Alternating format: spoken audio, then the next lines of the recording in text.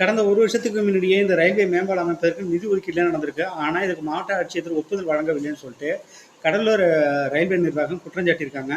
ஒருவேளை இந்த ரயில்வே மேம்பாலம் அமைக்கப்பட்டிருந்தா இந்த 3 மாணவர்களோட உயிர் போயிருக்காதுன்னு தான் நம்ம நினைக்கிறோம்.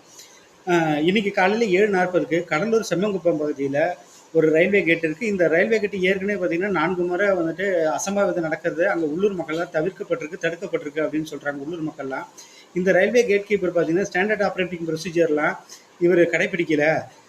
இவர் வந்துட்டு பாதுகாப்பு விதிமுறைகளை மீறி செயல்பட்டதுனால இவர் மேலே ரயில்வே நிர்வாகம் தற்சமயம் பணி நீக்கமும் இதற்கான டிஸ்மிஸ் நடவடிக்கை இப்போ மேற்கொண்டுட்டு வராங்க.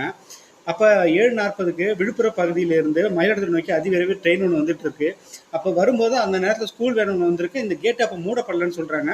அதனால ட்ரெயின் வரலன்னு நினச்சிட்டு ட்ரெயின் அப்போ வேன் கிராஸ் ஆகும்போது அந்த ட்ரெயினை பார்த்தீங்கன்னா அந்த வேனை பலமாக மோதி 50 மீட்டர் அளவுக்கு தொலைவை இழுத்துட்டு போயிட்டு அந்த 3 பசங்க அப்பாவே பசங்க பார்த்தீங்கன்னா